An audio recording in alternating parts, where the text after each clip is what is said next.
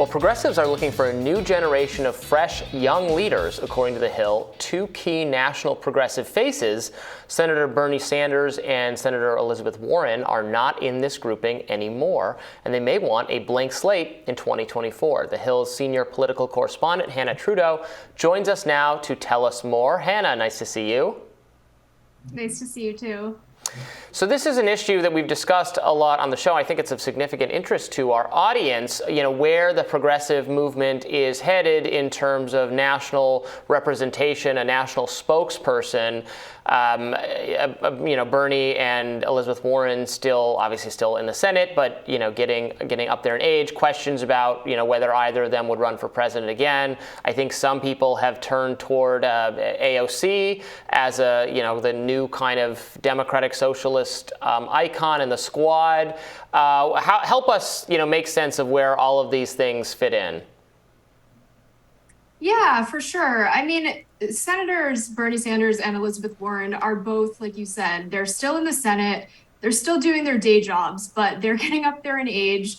Sanders is 81 and Warren is 73. And while Biden himself is up there in age, these two potential candidates for 2024 are not necessarily what a lot of people want. They want a generational change in leadership, but notably progressives want somebody that has that strong liberal streak to them. And so the Sanders faction is obviously a national grassroots movement that's still alive and well in a lot of pockets of the country. And many folks who were inspired by his bids want to see him take a third stab at it. Elizabeth Warren, had a sizable group of supporters, namely college-educated folks, a lot of women, but failed to get that sort of national traction in the same way, at least at the ballot box, that Sanders did. And so there are natural questions kind of starting now, weeks before even the midterms, about who could be the next generation to take up that progressive mantle, not just somebody who's young and who's a Democrat and who's considered a rising star broadly, but somebody who is committed to, if not necessarily the Sanders wing, but something in between the Sanders and Warren wing. A lot of folks in the hardcore left, obviously, as friends of this show know, are not super inspired by Elizabeth Warren's brand of progressive ideology, but I think folks are looking for something in the middle, and definitely somebody that's maybe 1, 2, or 3 generations younger than Biden or than those two senators. So Hanna, give us the gossip. Tell us some names that have come up in your reporting.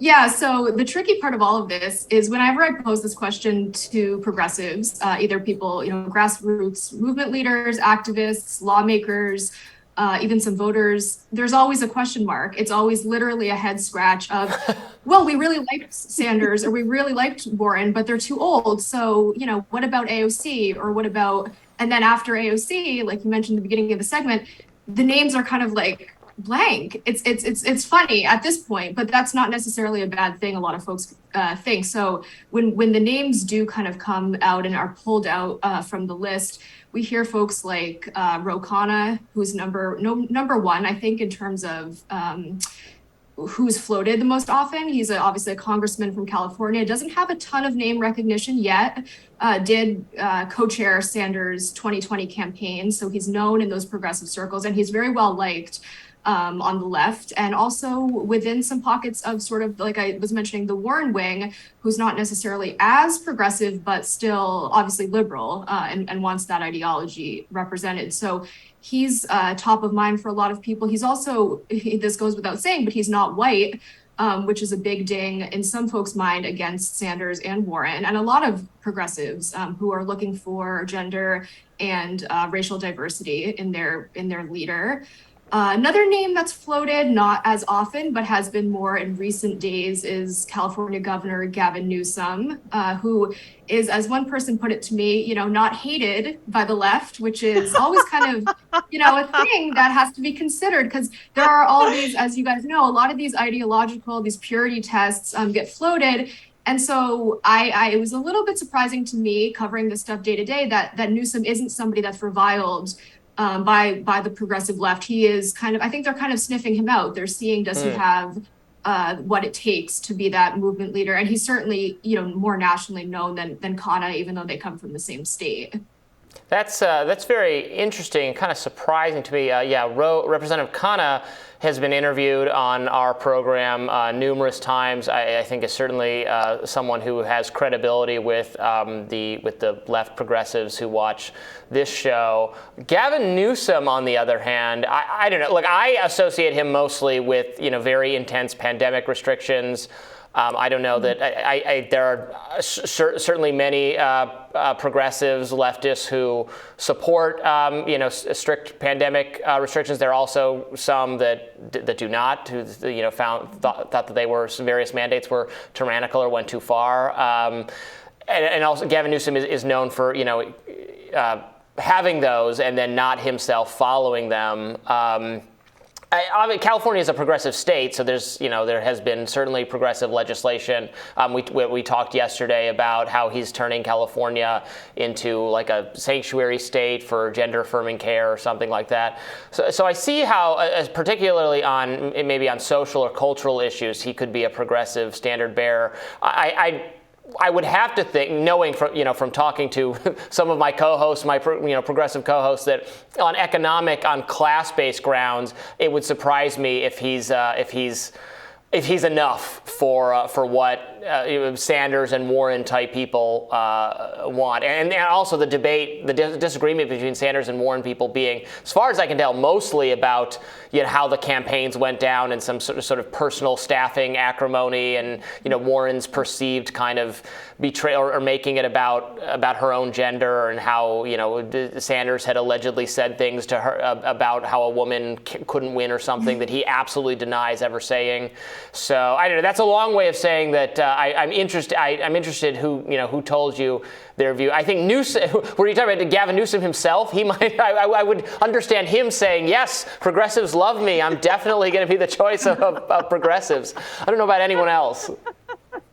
Yeah, if I could just jump in, Hanna, can you talk us through the policy? I think what Robbie's getting at is, what is the difference between the Sanders and the Warren camps from a policy point of view, and what are these people looking for in the next progressive standard bearer from a more policy-oriented point of view? Yeah, I know that's a great way of putting it. I mean, I think that's where the key differences do come down for me, having followed the 2020 campaign and then now the lead up to 2024.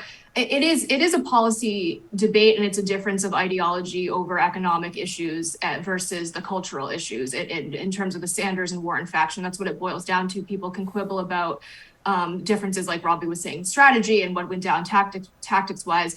But in terms of ideology, I mean, the Sanders wing is looking for somebody to pick up the mantle, like Hanna, I think is the closest person in this regard, to really hit the nail on the head over the economic populist policies in things, wealth inequality, obviously things like climate change, tying those issues into racial justice issues is a big part of that movement, and it really stems down to just economics being number one. Nothing else in that worldview matters as much, and in fact sort of informs the other broader cultural debates in that view. And I think that's the leader that they want. It's very hard to find in the modern sort of Democratic Party that Biden world is functioning in, that voters are functioning in, this moderate kind of electorate. We're looking at the Senate and kind of assessing, is it possible to have an economic populist? I would argue the closest to that currently running is John Fetterman,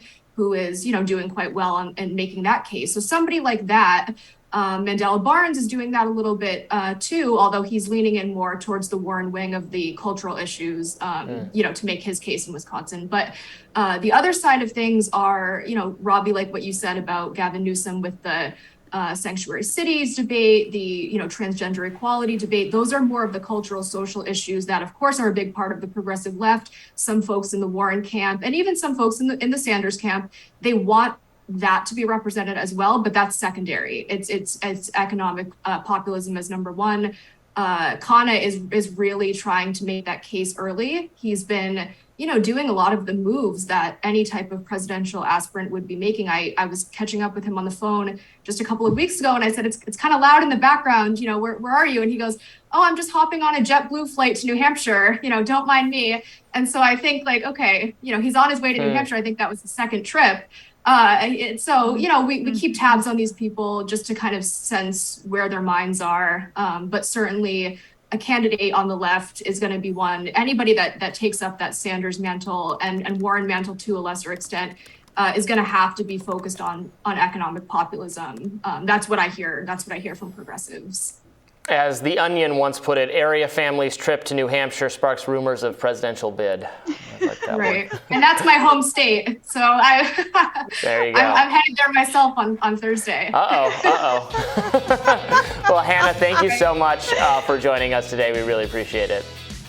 Thanks, guys. And stay tuned for more Rising right after this.